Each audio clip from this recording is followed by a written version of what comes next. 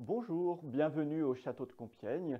Nous sommes dans le théâtre Louis-Philippe, construit en 1832. Nous sommes ici donc dans le premier salon qui était réservé à l'usage exclusif des souverains et qui associe à la fois intimité et désir de somptuosité.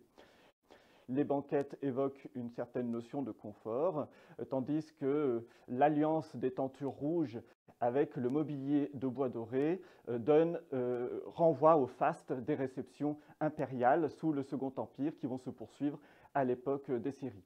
C'est ici que l'empereur se tient volontiers pendant les entr'actes, ou bien à la fin des représentations, il pouvait parfois recevoir les comédiens pour les féliciter à l'issue de la représentation. Cette pièce est directement liée à la salle de spectacle. C'est donc par ici que les souverains entraient au théâtre et rejoignaient la loge impériale qui leur était réservée. Et à ce moment-là, donc les invités qui étaient arrivés avant dans la salle de spectacle se lèvent à l'arrivée de couples impériales. À notre tour, entrons dans cette salle de spectacle.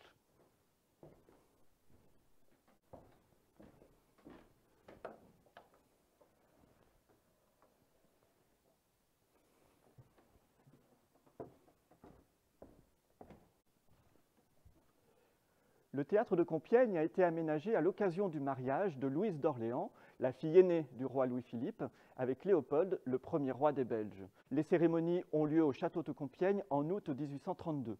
Mais cette résidence ne disposait alors pas de théâtre, de salle de spectacle, et comme dans tout mariage royal, il y avait des représentations théâtrales, Louis-Philippe va commander à l'architecte Neveu la construction, en un temps record, moins de 3 mois, d'une salle qui sera susceptible d'accueillir des représentations théâtrales. On choisit alors d'installer ce théâtre à l'italienne dans un ancien jeu de paume. C'est l'ancêtre du tennis qui avait été bâti sous Louis XV, mais que la cour n'utilisait plus au XIXe siècle. Ainsi, l'ancienne salle de sport va devenir un espace dédié désormais aux arts. Et c'est donc sous la monarchie de Juillet, puis sous le Second Empire, que de nombreux spectacles vont avoir lieu dans cette salle.